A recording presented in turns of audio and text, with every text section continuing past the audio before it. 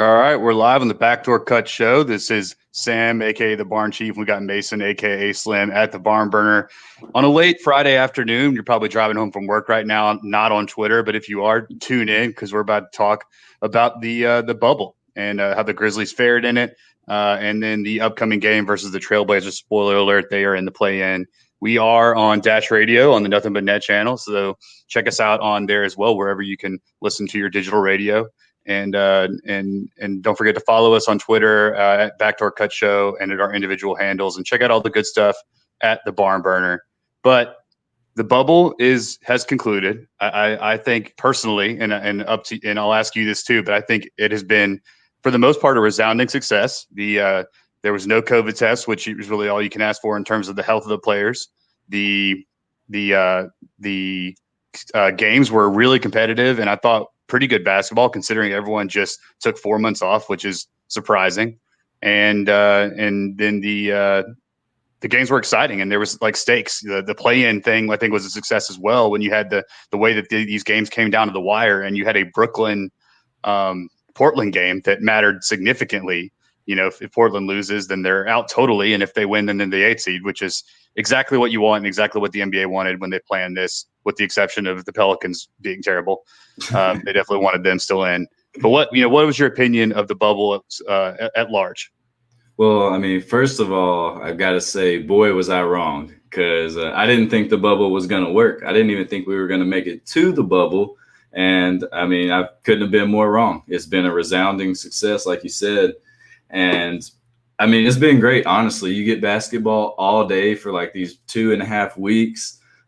With meaningful matchups in most cases, because the playoff seeding, we're only set for a couple of teams for the majority of the bubble. You know, a lot of people still had something to play for. We saw a lot of players really step up, and like TJ Warren, Devin Booker. And I mean, shout out to the Suns. They went 8-0 in the bubble, still didn't get in. That lets you know how bad they were before, which I know we're going to hit on this, but the national media just like forgets that the Grizzlies won a bunch of games and were over 500 for a period of time before COVID shut us down. Like there's now it's just, oh, the Grizzlies suck. And they don't mention that Tyus Jones is one of the best backup point guards in the league. They don't mention that Jaren Jackson was averaging 25 a game and looking like the best young big man in the league. And they don't mention the fact that Justice Winslow is also out. They just think we suck for no reason. Like, it's tough, man. I know you've got strong feelings on the media, man. So how frustrated does that make you when you hear them go on and talk? Everybody wants to see Portland and Phoenix, and it's just like we're the team that it's like we didn't win the games to get into the 8th or 9th seed is in their minds. How does it make you feel? Yeah, I mean, the same way, frustrated, and the begrudging kind of putting of us in is always like, I feel like they're just begrudgingly have us in the playoffs, and they just wish the numbers didn't exist, or they wish they could just erase games from our win column, or just pretend like we aren't there based on the metrics. And you'll hear us put in the spin zone about the early schedule being so easy, and about all the other teams just underperforming their potential. But at some point, like, a team is who they are. Like the Pelicans just sucked this year, and they sucked in the bubble. And so like, that's just who they are right now. They might very well get better, and they likely should. But like the Suns also, seem to make a jump in the bubble, but they kind of had a different team. That Oubre wasn't playing. Aiden was back. He was suspended for, doing steroids or something. We don't know. Performance enhancing drugs. Right. Yeah, it was something. And he's back. And so you have, Baines is not here. So you have like their number one pick, like a super talented big man. So they're a different team too. They got really good play from their bench, which was surprising to see. The point is that I don't think that the people should be pointing the finger at the Grizzlies and saying, why did the Grizzlies do this? Why are we not watching Suns Blazers? Which I get as an objective NBA fan. Like, I would probably want that. I would think. But also, The Grizzlies are in the spot. They aren't the Grizzlies of old, which I think that no one's figured that out yet. I don't know if a lot of people have watched us. I don't know why they would have. They can't unless they have League Pass. Right. Because no one just has like Sports South, so you're not able to hear Pete and Brevin chop it up. But you can't see us. You're not going to check us out because we don't have a star yet. But we do play a really exciting brand of basketball, and even if we miss a ton of shots, we're going to launch them and run up and down the court. And Ja could do anything at any time. So it's just kind of a misnomer to think of us as the Memphis team of old, or just not a good team because we overachieved. But here we are. I have to say though that I think if we had won those first couple of games that we had Jaren before he was hurt, which which you've already discussed on the pod, but those, especially the first two Spurs and Blazers games, that one possession games, one in overtime, it's a situation where if we win those, first of all, we're the 8th seed, and then second of all, I don't think a lot of people can point to us and be like they're shitty because they went 2-6 in the bubble. Just like how I feel like you can't overreact to that. Like we can't now say the Suns are as good as the Warriors in 2016, right? Like just because they went 8-0 doesn't mean they're good. And just because we went 2-6 doesn't mean that we're bad. There's a lot of factors that account for that. And just no one's paying attention to those things.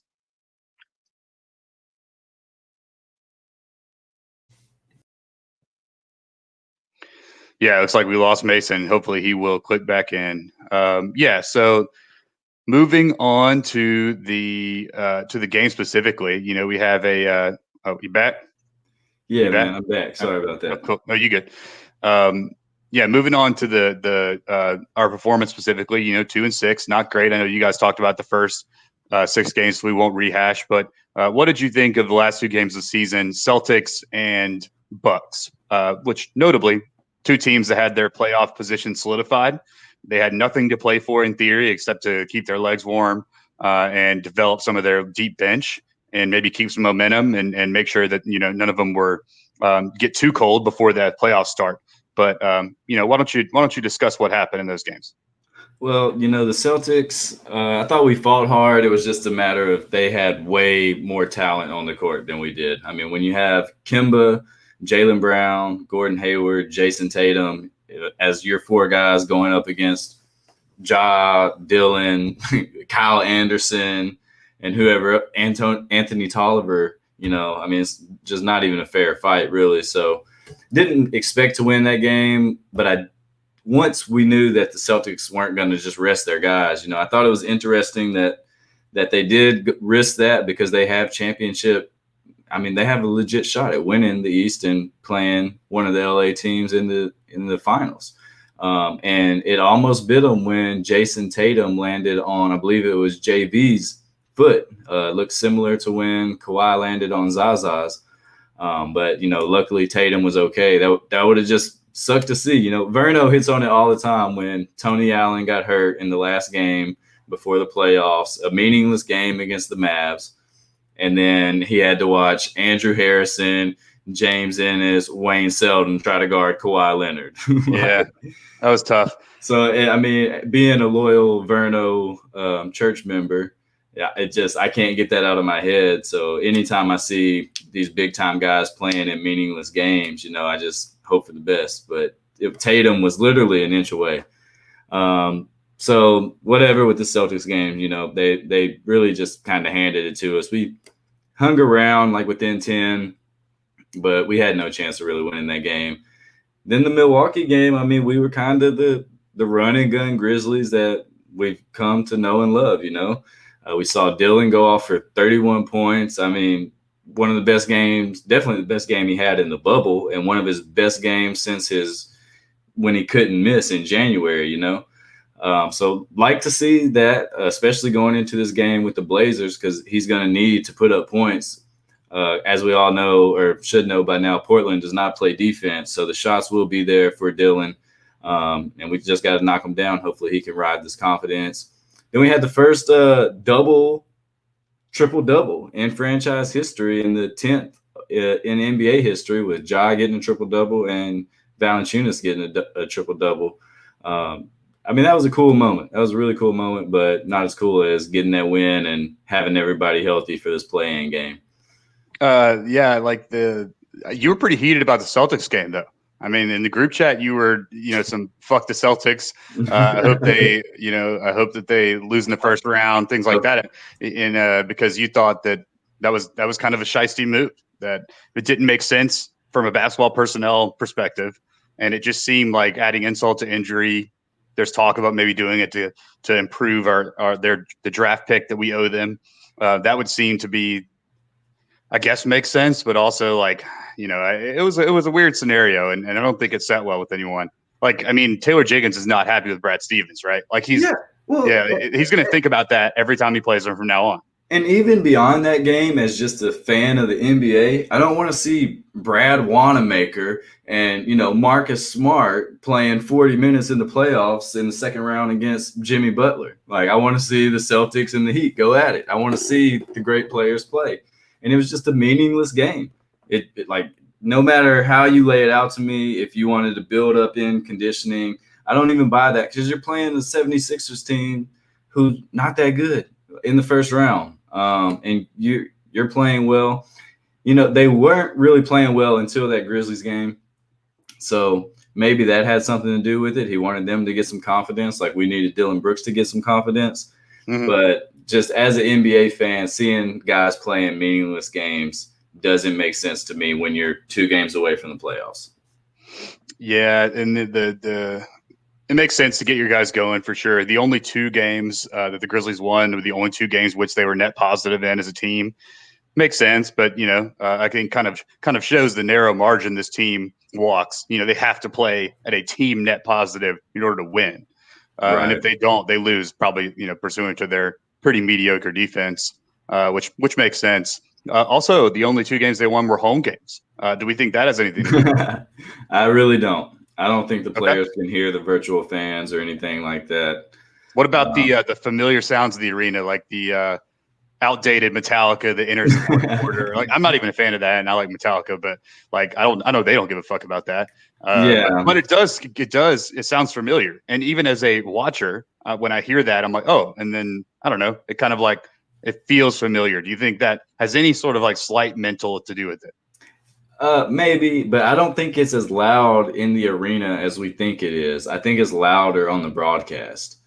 Just from what I've heard on podcasts and stuff like that, the arena feel seems pretty weird if you're there in person.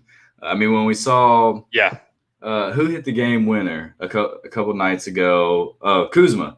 And like you could hear LeBron like yelling down the court, like there's no eruption, the crowd reaction is not automatic and perfect.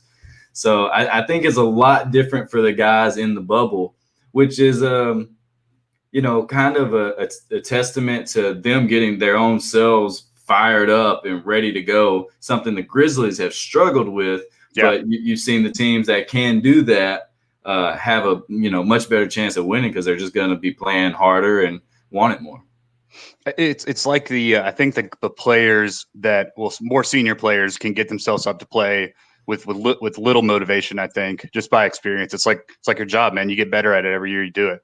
And then also guys like Dame that thrive on just like playing pissed off and kind of doing the MJ or Kobe thing of like pretending like they've been slighted, and in his case was actually slighted by Paul George and Patrick Beverley.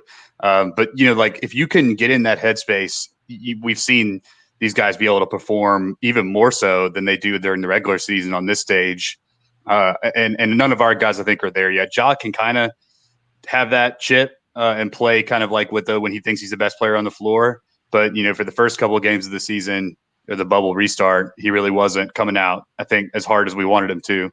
But yeah, it would be fucking bizarre, I think, to play in those games. Like the few times I have seen videos of like a shot or whatever, it's just like the shot goes in and like a few people yell, and it is weird. But it does look great on television, so I guess our product's great.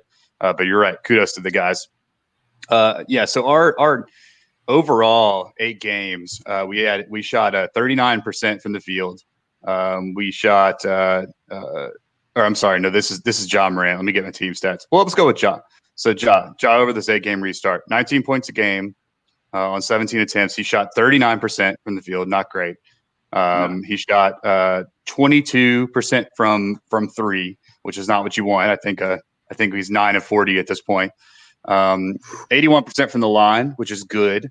He's getting to the free throw line, shooting 5.5 attempts per game, which is a whole free throw uptick from the regular season, which is exactly what we want to see him doing.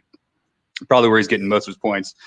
and then a 10 assists per game, and a surprising 6.5 boards per game. I think he's taken upon himself to rebound a little more and push the break, which I've noticed a little bit Westbrookian. Maybe probably getting rebounds that he didn't have to get, but he just kind of gets it to start the offense rather than wait for the ball to get into his hands from whoever rebounds.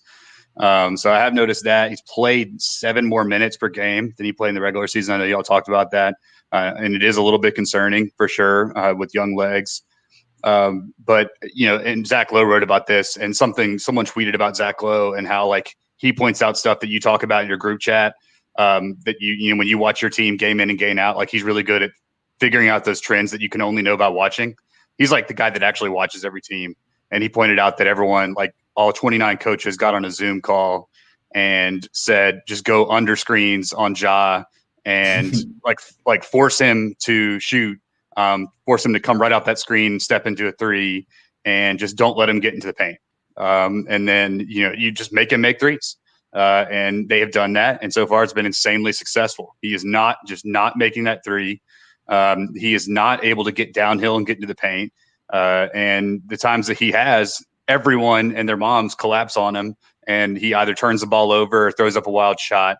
And the times we've seen him thrive are the defenses like our own, are the defenses that set their big men back and drop coverage, and he's able to get to that sweet spot, 10-foot floater that he likes. But otherwise, like it's kind of been a tough road to go for Ja. What do you think of his performance so far in these 8 games?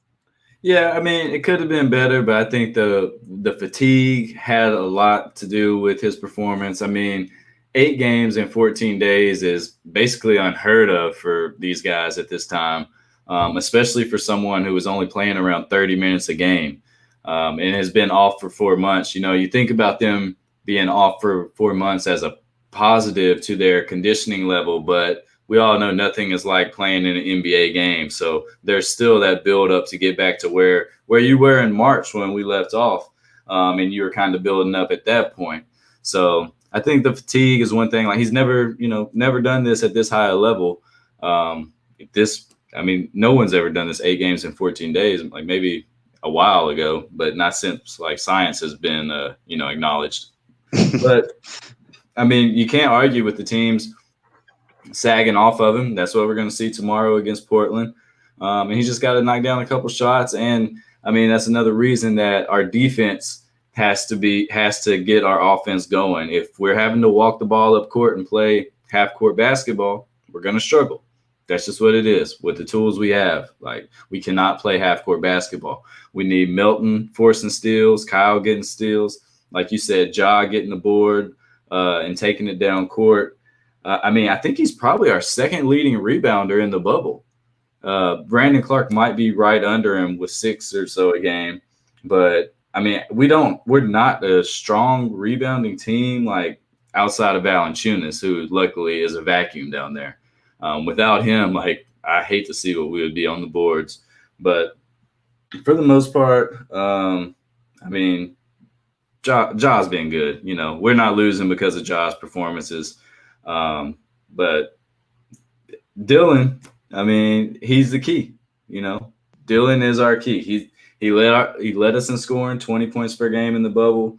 Only shot 28% from 3 and 44% overall. So when your top 2 scorers are shooting a combined 42% from the field and 25% from 3, you're lucky to be 2-8, honestly. Yeah, and you were in a couple other games too. I mean, the Grizzlies haven't been totally blown out, but 1 or 2 of these games really. I mean, the Celtics game really was the only blowout. Yeah, Raptors, they had a chance, but that was just a better team. That defense was stifling. But yeah, I mean, I really can't complain about anyone's performance. Dylan was the real villain for a while, which is what everyone likes to refer to him as. But then he had what I think is his best game ever. And something that I would like to see done with Ja and was done with Dylan was that they ran a couple early plays for him, purposeful by Jenkins, a couple like elbow dribble handoffs right out of Valanciunas' hands, which obviously a lot of loose crediting of the assists there, which I loved. Valanciunas dribble handoff and a 1 dribble pull up for Dylan gets him a clean look in rhythm in his sweet spot, and that's exactly what you wanted to see. And then once he gets that going, then he just gets better. It's just he's just. I mean, every basketball player is like that, but maybe him more so. then those bad shots start going in. And then once he's hit a couple of them, and I know he's like in a rhythm, then I'm more okay with him taking those shots. Yeah. But it's like when he starts that way. So I thought that was really wise to get him going in that respect. Would really like to see them do that with Ja too. If maybe that that jumper keeps falling, if they can get him some off-ball action, and so he doesn't have to do everything. But then again, if he's not doing it, then who is? There's no one else that can orchestrate anything. So that's the problem. So that's been good to see. Hopefully Dylan continues that. But as Verno says, he doesn't think he's going to be in a Grizzlies uniform next year. So, we'll see about that.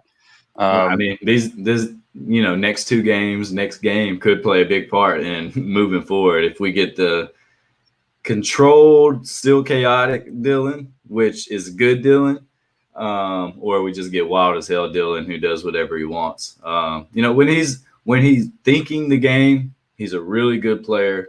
It's just sometimes the shot selection kills our momentum, kills the offense.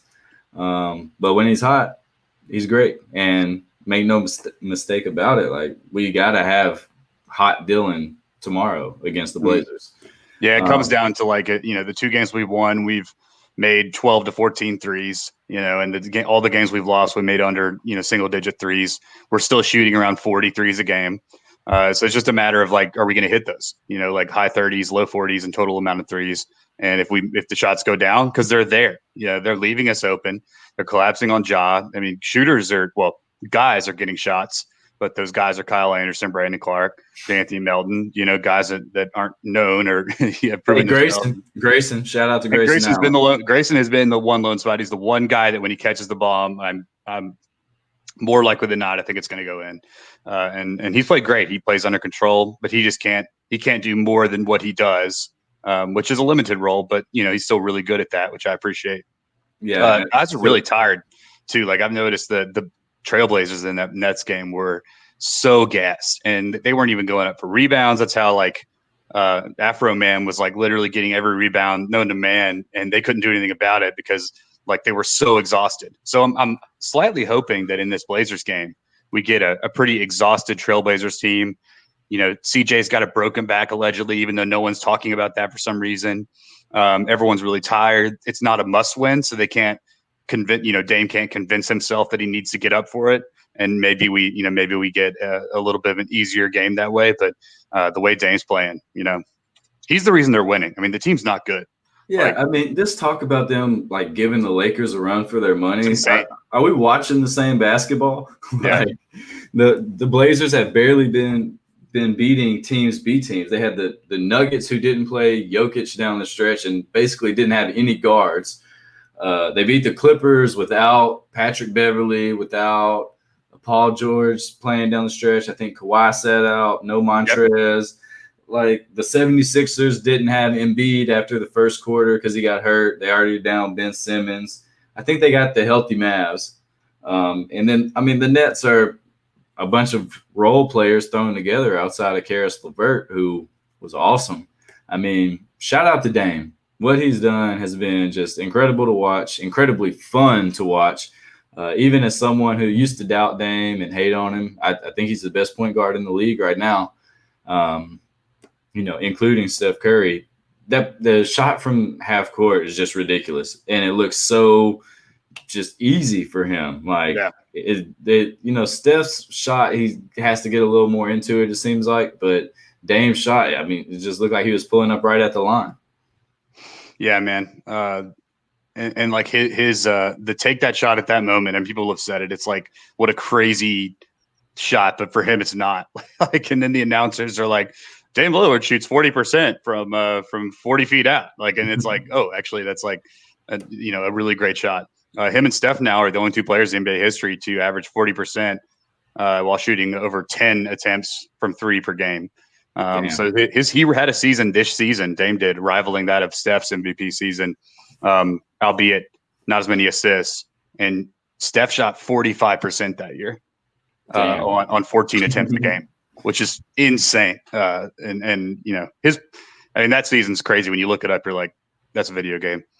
Dame wasn't on this streak when we played 8 games ago. He only had 22 and 11, or how much did he have? He had 29 and 9. So if we hold them to 29 tomorrow, I like our chances, honestly. No, for sure. Yeah, I mean they've needed every bit of those points that he scores to win the games they're in, and like 4 of their 5 guys on the court at all times are terrible defenders. Yeah, And they have no bench. Like our bench is no, deeper than theirs. They bring off Hazonia, Hassan Whiteside, who's hit or miss, and then what's the other guy's name? Gary Trent, who Gary Trent was a he's played flamethrower well. at first, has come back to earth a little bit. Yeah. For a while, he was shooting like 65%, couldn't miss. Now he's like turned into still a great 3-point shooter. We'll see. I think they can get one. Do you remember how we lost the first game, the final sequence? No. Melo had hit 2 threes, and Ja threw the lob to Brandon Clark, and he tipped it in. And then Melo missed a corner 3, and Ja's racing down the court and slips and falls. Oh yeah. When we go to overtime, it's like, God damn it! That was so frustrating. It feels so long ago too. Yeah. And Ja had 22 and 11 that game. Of course, Jaren had 33 and looked like the best player on the floor. CJ had 33 as well. We got good Brandon Clark that game. He had 21 and 7, so hopefully he can replicate that because he looks fatigued. Like he's barely dunking the ball, which is unheard of for someone who's usually tomahawking that shit. Mm-hmm. JV had 16, but only 4 rebounds, and I think he only played 14 minutes because I think foul trouble or Dame was putting him in the blender. One of the two. Both. The reason he was in foul trouble is because he plays the drop coverage, so Dame gets downhill and then he fouls Dame.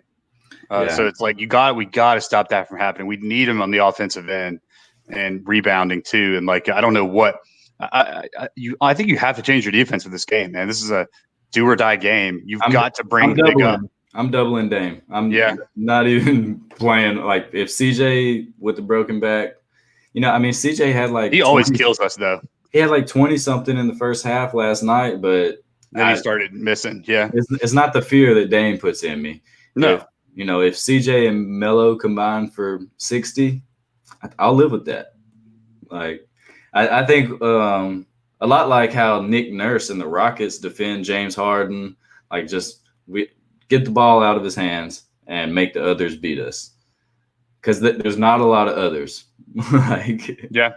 And if we can avoid Dame going on a 10-0 run by himself and just, getting that I'm going for 50 mentality, I like our chances. You mentioned they've played 8 home run games. Now, granted, the Grizzlies games have meant a lot too, but the Blazers have a lot more pressure on them than the young Grizzlies do. And they put a lot more pressure on themselves than the young Grizzlies seem to have done, just with the lack of inspired play to start the bubble or midway through the bubble. To start the bubble, we were pretty good. But I really think we can win a game Saturday. I think it's going to be key to not foul early. Dylan can't get in foul trouble. Kyle can't get in foul trouble. We can't have them going to the line. We need to be the aggressor, throw that first punch. These guys are tired. You said it. If we can throw that first punch and get a big lead, they're going to be like, well, we got another chance tomorrow. And I think that's going to be critical. Staying out of early foul trouble, putting them on the line, and just getting going early. Like you said, running those plays for Dylan and Ja, seeing if JV can get Nurk out of there. I like our chances, though. Yeah, there's talk too of us going small because just that seems to be the only way to really match up, defend them, especially if we're gonna. Because JV, I think the drop coverage is twofold. One, because that's how the Bucks play, and two, because that just fits JV's defensive style because he's not fleet of foot, so he can't be out there hedging on pick and rolls and guarding Dame once he gets downhill. But again, that's going to stop him from that one when he comes around the pick and he walks right into a 3, and he loves that shot. I've heard him on multiple podcasts talking about. He was on JJ Redick's podcast, and JJ Redick said, "Okay, so there's the bigs in drop coverage. You Nurk comes up screens, you come around the screen, you see the big back. What do you do?" And he says, "I'm pulling up and shooting that shit every single time." He was like, "I'm not ever not shooting that shit. Like if you see me not shoot it, like I was hurt or something crazy happened, because that to me is like the best shot at that moment on the floor, both percentage and point wise. He said it a different way, but that's what he was saying. I mean, we cannot let that happen. He will get that shot every single offensive possession if we don't bring JV out of the paint. Got to. Yeah. And especially on the tear he's on now. I mean, like that first game, you're right. He wasn't quite what we're at this level here. And like, he was just kind of facilitating, and he hadn't gotten to the point where he'd think he needed to win games totally himself. But now he knows he needs to. So, you know who's been completely opposite of Dame in the bubble? Conchar. No, close. Shout out to Jitty, man. Yeah, man. DeAnthony Melton. He's averaged 4 points a game on 27% from the field, 13% from three, 40% from the free throw line, 3 rebounds, 2 assists, and he has played good defense. He got 1.5 steals, but we're going to need a big DeAnthony game. Portland, they will turn the ball over and get careless. If DeAnthony can get his hands on some balls, and get us going on the fast break, that's what we got to do to beat this team. Portland doesn't play defense. They're going to let us score, but we know we can't score in half court. So it's going to be on the defensive end, not fouling, not letting Dame go off, getting out and running. Dillon, 0 fouls in the Milwaukee game. How crazy is that? 0 fouls. Unheard and of. In fact, if he'd gotten more than 2 fouls in that game, he would have broken the season total record for fouls for Memphis Grizzly. But he didn't. He got 0 fouls. Like the clouds parted and God's like embers shine down, and he didn't break the record. Like he did I can't fathom that he didn't foul anybody. Yeah, I mean, shout out to Dillon, but a hater would say that, well, he still played like 7 less games or however many less games it was than the full regular season. So he would have broken it. Yeah. Yeah. But, we need Dillon tomorrow, man. Like, gotta have a good Dillon game. So there's, I mean, I've noticed. But I think we get it. Dillon can get himself hyped up. Yeah, he can. He can. Big time player. That's the problem with Dillon, though, and something we discussed ad nauseum is when he's good, he's good. He's not great, but he's good. He's a good NBA player. Mm-hmm. When he's bad, he's like really, really bad. He's about as bad a guy you can have on the floor. And so like that's the problem, is that it's not like it's not like where if he's not scoring, he's still doing other things for you kind of thing. Like it's like that he's either he suck or like he adds. So it's just like the nature of his game, which makes him a really annoying NBA player, in my opinion. And especially why I don't like he's missing and fouling. That's what he does. Because immediately when he starts missing, he starts fouling, he starts playing a more aggressive defense to get himself going on that end.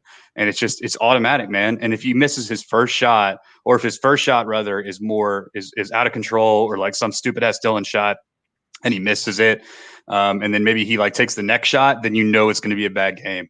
And on the contrary, like we saw with this Milwaukee game, he got the 2 first buckets of the game. They were running great plays for him. He saw the ball go in, and he had a great game. I mean, I really think it's as simple as that. Like, I really think he's a very simple guy. Like, he likes sex, he likes hot women, and he like when the ball goes in like a couple of times. I mean, and same, like, don't we all? Like, but I think Dillon's just more simplified on that. Oh man, break that out on the Twitter right there. Yeah. So just a couple stats that kind of stuck out to me from the bubble. In the 8 games, the Grizzlies had the 5th best defensive rating, which, as much as I've cussed our defense in the group chat, I don't understand how that's even possible. Like, teams do whatever they want against us. We also allowed the fewest second chance points and fast break points. So, I've been harsh on the Grizzlies defense in the bubble, but I guess the numbers say a little different. You buy into those numbers? Numbers, man.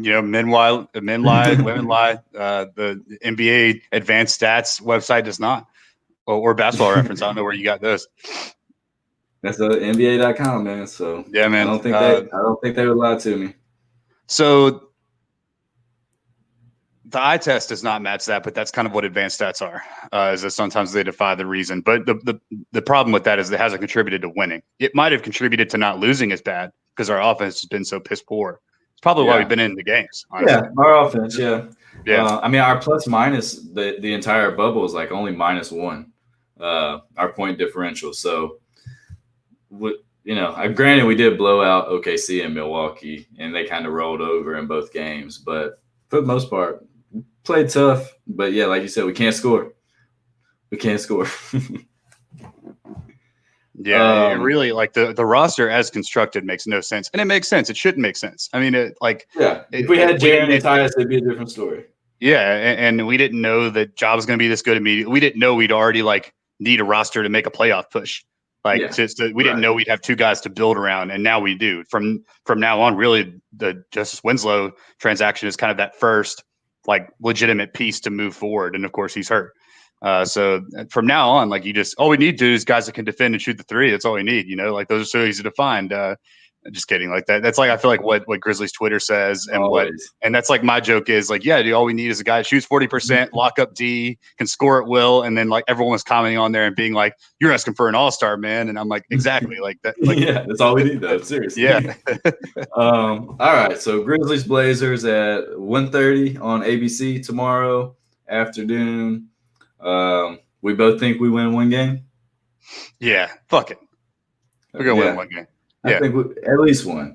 Yeah. All right. Anything else on the Grizzlies you want to hit on before we kind of talk about some of the playoff matchups and our thoughts on those? No. All right. Let's start in the East.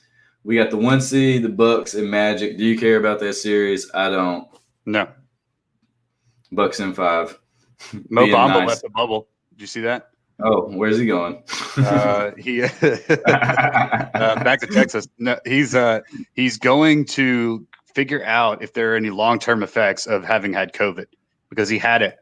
He was one of the first people to get it, and so people are wondering whether it's something happened and he's leaving, or what. But there's a lot of studies out there, or at least initial studies, that show that maybe if you get over it, then there's still potential long-term effects, even as a young person that seemingly had no symptoms. So prayers up for Mo Bamba. Hope he's okay.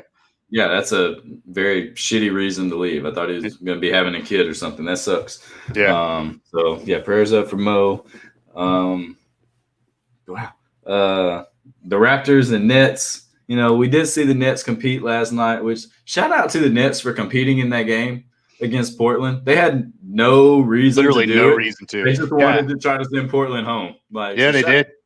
The Nets have a lot of fun guys. I mean, I honestly can't believe they fired Kenny Atkinson. Chicago, somebody needs to scoop him up. Chicago, because that team has a lot of talent. Yeah. I mean, think about adding KD, and if you can get some semblance of KD and then Kyrie to that team, I mean, that's insane. That's an immediate title contender.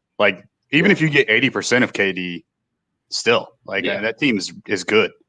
And they just have a lot. They'll have a deep bench, obviously. And if Karis LeVert's your third guy, that's crazy. Yeah, but that's next year. You think the Nets can win a game against the Raptors? I always think that a team will get one game. Yeah, especially with how many games all of these teams have played. And no home court. Yeah. And I mean, honestly, if you're the better team, why not rest the guys a game or two to save for the latter rounds? All right, 3-6, we got Boston and Philly. What could have been the best matchup of the entire first round loses a lot of luster without Ben Simmons. Embiid, who knows? Playoffs come around, he's always got the flu, or his back hurts, or he stubbed his toe getting out of bed. So we'll see if he makes it the whole series. Or not an Embiid guy, huh? I honestly love watching him play, but yeah, at this point, it is what it is. It's always something. So let me tell you, I listened to him on JJ's pod too, which is great. Even though it's got a weird literary name, the Embiid was on there, and they were of course teammates for a couple of years, and so it was a great candid Embiid conversation. But here's what I know: that when a player that is one of those players that sort of underachieves, and everyone's like, why? He's got all the talent in the world. What? Why can't this guy be consistently in shape, consistently there on the court, consistently dominant that we see him do? And he said these words, and it always reminds me, this is what he said. JJ asked him, what are you doing? So you play the games, and what do you do in your off time? And he's like, just play video games, man. And like, and he was like, so like, like, yeah, we're all gaming. Like, what do you play? And he's like, oh, like he named all these games. And he's like, yeah, but what else? And he's like, man, if I'm not playing a game, I'm in the room playing video games. And then JJ really didn't know what else to say because JJ's a 35-year-old, like lower middle class white guy who has almost nothing in common with Embiid other than they play basketball. And they're just like two cool guys. JJ just forwarded the conversation along. But I also want to point out that Josh Jackson said that as well, that he's a big gamer. That's what he does. Like, and then on the antithesis of that is when you talk to someone like Dame Lillard, who of course is, literally the opposite of Embiid, probably in personality and in play style and everything. What's he doing in the room? He's watching every single other game. And there's this whole storyline now about that guys in the league don't watch NBA basketball. Like they don't like actually watch the other teams play. So they don't even understand the other team's tendencies or their personnel beyond the 3-minute video scouting report they get, in the locker room an hour before tip.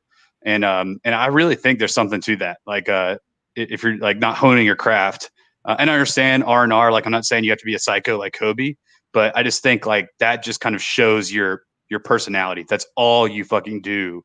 Otherwise, like you're not even reading like, like just, I don't know, like Hillary Clinton's biography or something. I don't know, like you're not broadening your mind, like on anything. Like you're just playing like Call of Duty, which I'm not a gamer, so I'm probably the bad person to talk about. But he's not even playing 2K like basketball games. He's playing like first person shooter kind of shit. So I don't know. I heard that and I was like, makes sense. Yeah, I can't even like fathom that NBA players would not want to watch basketball. I mean, I know it's their job and I don't want to talk about my job afterwards, but like as a high school basketball player, I was trying to read the other teams like local newspaper and see what they said about them. I'm like on the message board seeing if anybody's talking about this certain team. So just as a lover of the game, I can't imagine being in the NBA and just being like, no, I'm not watching the huge game tonight. Like, I know. Yeah. And notably Ja's not a gamer. And he's talked about that. He's kind of like an old soul, I think. And Jaren's weird, but he's not a gamer either. He's just weird. And like he grew up in a kind of a wealthy family and like, he's just a different kid, likes anime, mixes music, but at least he has like creative passions outside. Like gaming to me is the biggest time suck and it adds nothing to your life. Like other than the enjoyment you get, doing it, but like you don't develop anything doing it. Hey, sometimes you can win a Grizzly Bear Blues 2K tournaments though. That's true. Shout out Grizzly Bear Blues. Shout out Barn. All right. So anyway, sorry to derail that, but Celtics Sixers. I say Celtics in. I'm going to give them 6. I think the 76ers might be able to push them to 6. That's if Embiid is healthy and, Embiid. Yeah, which you can anticipate. I say Celtics in 5. All right, and the final one, 4-5, Miami and Indianapolis Pacers. I like the Heat. I got them in 6. I think TJ Warren and Jimmy Butler is a fun storyline, but I mean, Jimmy's the better player. I wish Indy had Sabonis, I wish this was a fully healthy matchup. Did just see that Derrick Jones Jr. was carted off the court on a stretcher for Miami. So hopefully he's okay. An athletic guy really helps them in a variety of ways with his athletic ability. And, he's not bad at basketball, so that helps. How you feel about Miami, Indy? Yeah, I like the Heat a lot, just generally. You love Jimmy. I love Jimmy. I love Bam. I like the Heat team, just like Duncan Robinson. Yeah. I like Tyler Hero, even though he's absurd as a person. But I just like the makeup of that team, and I like how they're good, but they don't have they're not the Heat of old. They're not LeBron and like the Showtime-y like superstar. They just got guys that fit their system, and a lot of their guys are drafted guys that they really prioritize and got in the middle of the first round. So it's just I like teams that are built like that because it makes me think that we could have a team like that. Yeah, and them in Brooklyn, I'd say, have been the best at just developing talent and competing. Yeah, shout out to the Heat. Sorry to interrupt, but no, you're good. You're right, and so yeah, I like the Heat a lot. I think they're going to win the series, but I think every one of their series are going to go to 6 or 7. Like, I think they're going to just have to just knock down, drag out, but they're still going to win, if that makes sense. They're not a great offensive team. Like, in the half court, Jimmy's not a real 40-point getter. And unless they're getting the open shots for their shooters, they kind of struggle in the half court. Yeah, it's kind of where we hope we are in a couple of years, that we have shooters like Duncan Robinson and Tyler Hero, and Jaren can become more of a go-to guy like Bam, which he's probably a better scorer than Bam, but he's not as confident quite in the offense as Bam is right now, to be that number 2 guy. So we'll see. I mean, I'll watch them as much as I can, but yeah, East is somewhat boring, except for 2 of those matchups are awesome. Second round will be fun. Yeah, I think. Yeah, so hopefully we get some interesting matchups. Hopefully everyone stays healthy. So no upsets in the East. All right, let's go West. I guess we'll skip the Lakers because we don't know who they're playing. They might be playing us. They might be playing Portland. I'd say either way, Lakers in 5 though. Just off the top, no matter if it's us or Portland. Yeah, although they're without their team, like without Avery Bradley, without Rondo, it's been said they just have 2 guys, and they're 3 through 7 guys. Can you trust any of those guys? I know that their 2 guys are their 2 guys, and that's LeBron and Anthony Davis. So it's like, do you need anything else? But I think we've seen you do in a playoff series. So, we'll see. Yeah, I mean, Anthony Davis has never made it out of the first round. He has. He was with they beat Portland. Yeah, that's right. They swept them. They swept them. Yeah, that's right. So we'll see. Going to be interesting to see him and LeBron on the biggest stage. And if Kuzma, we saw him hit that game winner, intentionally drawn up for him to hopefully get some confidence so he can be that 3rd guy on offense. But then they guard him. Like Kyle Kuzma's he's a weird dude, man. Can't put those holy clamps on him, dude. Jesus didn't hoop. Jesus guarded the Pharisees, dude. They didn't play with shoes. All right, so Clips Mavs 2-7. Luka and Porzingis, can they win some games? Can they beat the Clippers? So the Verno's whole thing on this is it's exactly like Donovan Mitchell in year 2. And that Paul George and Kawhi are going to alternatively lock up Luka, just trade off on him, and who are 2 of the greatest perimeter defenders perhaps in the history of our game. And Luka's going to have a subpar series, and everyone's going to start saying, "Is he actually that good?" And it's like he's actually just 20 years old, and he's this is 2nd year in the league, and he's already expected to do so much for his team. And they won't win. No, will they win? I think they get 1 game. But I think we're about to see the team that we expected the Clippers to be. I think Kawhi is going to go into business mode, and we've seen Paul George be able to do that too, to less success than Kawhi. But I think they're all about to put on their suits and go to work, and I think they're about to be dangerous. Yeah, I mean, it's going to be interesting to see if the Clippers finally mesh. Like it seems like they haven't really been healthy for a long stretch all year. Montrezl Harrell is cleared to be around the team, so we'll see if he gets any action. Doc said his situation was not ideal. He didn't specify what that meant, but about his playing in the first game. So I don't know if Trez is out of shape or what that could mean. We'll see.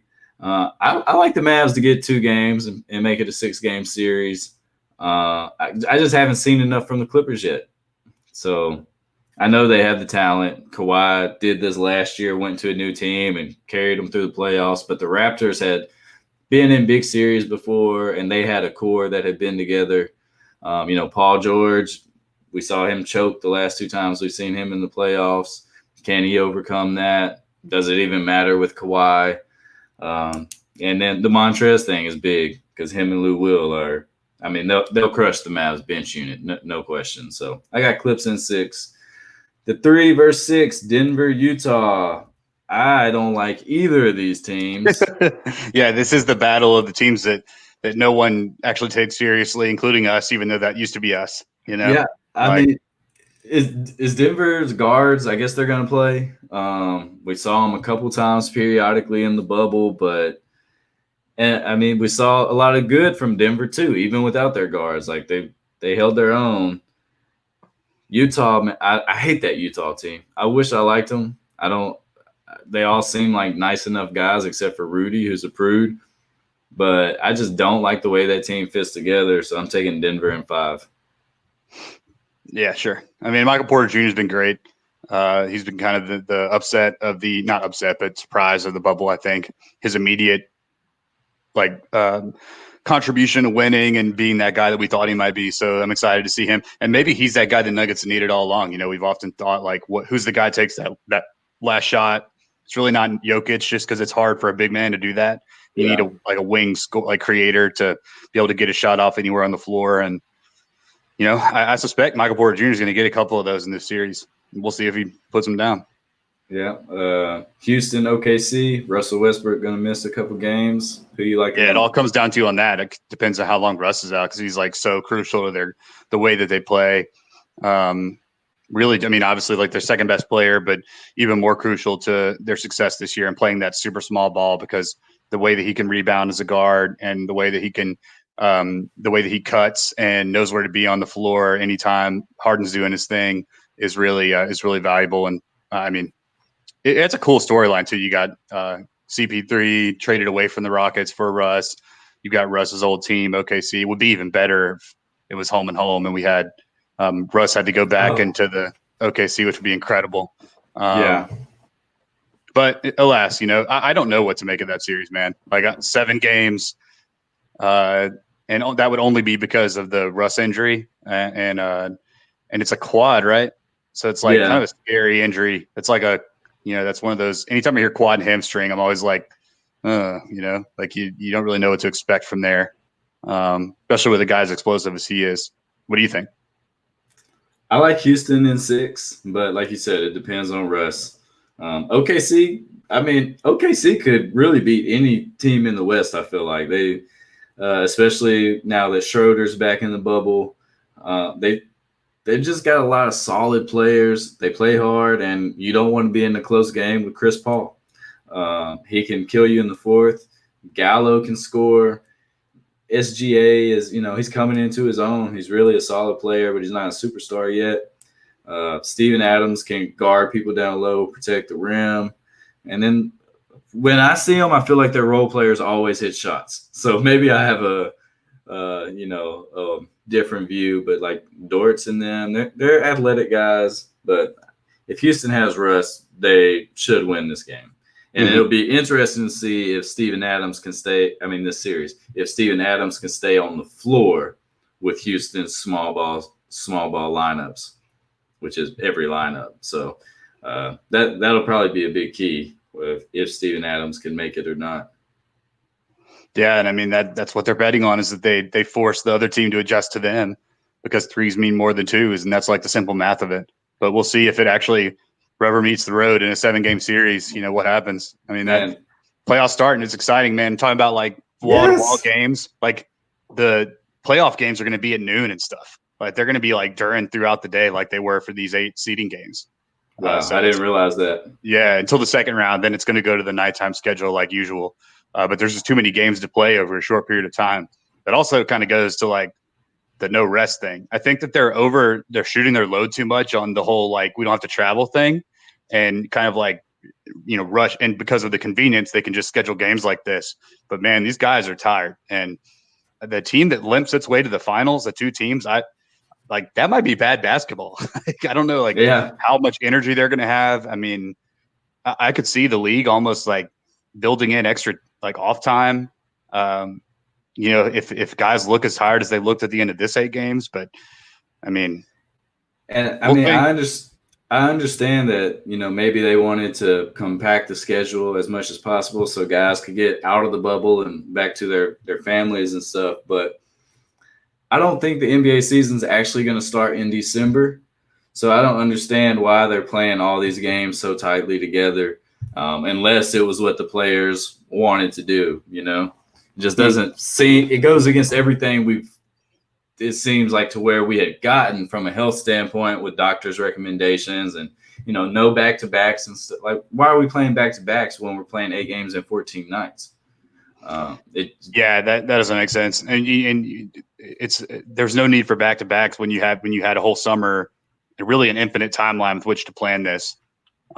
So, I don't know. I mean, I do know that I did see a tweet from True Hoop, which is a guy that used to be on. He was actually just on Lowe's Pod, but he also is a lifetime ESPN guy apparently, and now he has his own deal. But Henry he tweeted, Abbott. You got it? Henry Abbott. Oh yeah. He tweeted that Michelle Roberts, the president of the Players Association for the players in the NBA, has had multiple meetings with all the players in the bubble, and that the rumor is that the collective bargaining agreement is going to be ripped up, is going to be eradicated, and under, I guess, the force majeure provision, and that they're going to have to renegotiate another one, which shouldn't be as big of a deal now that they've done the bubble thing. But also that she anticipates because of that, she anticipates the league not restarting until late January into March. So it's possible though it's not, that's next March when things come back. And then what does that mean for the, how the schedule works? And like, does that change the calendar for the NBA from now on? Are we now on like this new cycle of how basketball is going to be played? And all of this with COVID looming and a vaccine that we all hope for, but it would be a medical miracle for it to be produced any sooner than 2022, really. So like, I do not anticipate things being normal in 2021 as well. Like I'm fully anticipating it to be a year like this, based on really the history of vaccines. Yeah, I mean, I can't make an argument with that. But with that, we'll wrap up today's show. Grizzlies take on the Blazers in Game 1 of the play-in series Saturday at 1:30 on ABC. If they win, you'll probably be hearing from us Sunday. If not, it might be a while. Peace out. Later.